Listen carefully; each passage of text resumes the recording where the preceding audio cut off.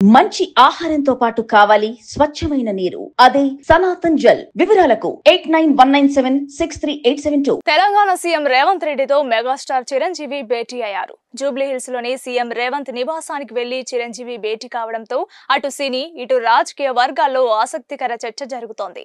CM Revanth రెడ్డితో చిరంజీవి మర్యాద పూర్వకంగానే భేటీ అయినట్లు సన్నిహిత వర్గాలు తెలిపాయి. ఈ భేటీ వెనుక ఎలాంటి రాజకీయ కారణాలు లేవని తెలిసింది. సీఎం రేవంత్ తో ఉన్న సాన్నిహిత్యం మూలానే చిరంజీవి కలిశారని సమాచారం.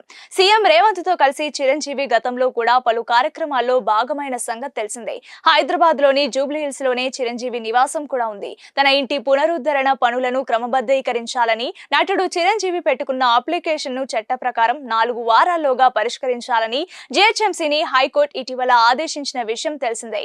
ఇంటి పునరుద్ధరణలో భాగంగా రిటైల్ వాల్ నిర్మాణం చేశామని దీని క్రమబద్ధీకరణకు జూన్ 5న దరఖాస్తు చేసుకోగా జీహెచ్ఎంసీ వద్ద పెండింగ్ లో ఉందని చర్యలు తీసుకునేలా ఆర్డర్ ఇవ్వాలని హీరో చిరంజీవి పిటిషన్ వేశారు. దీనిపై న్యాయమూర్తి జస్టిస్ బి విజయసేన్ రెడ్డి ఇటీవల విచారణ పూర్తి చేసి పై విధంగా ఉత్తర్వులు జారీ చేశారు. 2002లో గ్రౌండ్ మరో 2 అంతస్తుల నిర్మాణానికి అనుమతి తీసుకొని నిర్మించాక పునరుద్ధరణలో భాగంగా ముందస్తు జాగ్రత్త చర్యగా అనుమతులు తీసుకున్నట్లు న్యాయవాది వివరించారు. దీనిపై జీహెచ్ఎంసీ న్యాయవాది స్పందిస్తూ చట్ట ప్రకారం దరఖాస్తుపై చర్యలు తీసుకుంటామని చెప్పారు. ఈ ఇష్యూ గురించి కూడా రేవంత్ రెడ్డితో చిరంజీవి మాట్లాడినట్లుగా తెలుస్తోంది.